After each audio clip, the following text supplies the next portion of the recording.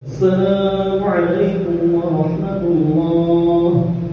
السلام عليكم ورحمة الله. Syukran po sa sibuyas at isda, ipangsasahur po namin ito sa isang araw.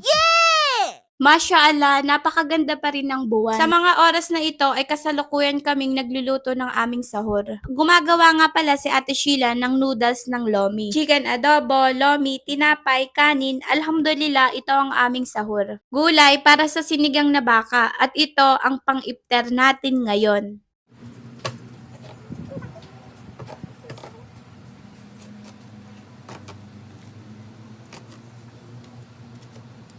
Diyan yung isa. Yan. Yan. Wow. Okay. Mangga, watermelon, saging, maraming salamat po sa nagdala nito. Biyayaan nawa kayo ni Allah. At total 130 food packs ang aming nagawa.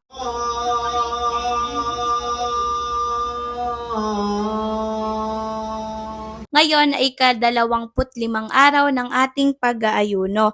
Meron na lamang tayong natitira humigit kumulang 5 araw. Ang kasalukuyang sitwasyon ay sumusukat kung hanggang saan ang pagtitiis ng isang mananampalataya at ang nagwawagi ay ang nagiging abala sa paggawa ng kabutihan sa kanyang Panginoon at kapwa.